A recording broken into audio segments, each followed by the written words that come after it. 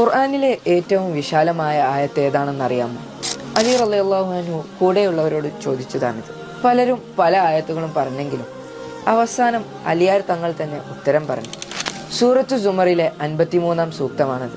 കഴിഞ്ഞ കാലങ്ങളിൽ സംഭവിച്ച തെറ്റുകൾ മനസ്സിനെ എത്ര വേട്ടയാടുന്നുണ്ടെങ്കിലും ഇനി ഒരിക്കലും നല്ലൊരു ജീവിതം സാധ്യമല്ല എന്ന് നിരാശപ്പെടുമ്പോഴും നാഥനായ അള്ളാഹു നിരാശരാവല്ലേ, ഞാൻ നിങ്ങൾക്ക് പുറത്തു തരാൻ തയ്യാറാണെന്ന് പറയുന്ന പ്രവിശാലമായ അർത്ഥതലങ്ങളുള്ള അള്ളാഹുവിൻ്റെ ആശ്വാസവചനം.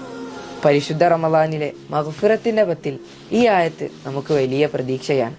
ബിസ്മില്ലാഹിർ റഹ്മാനിർ റഹീം. قل يا عبادي الذين أسرفوا على أنفسهم لا تقنطوا من رحمة الله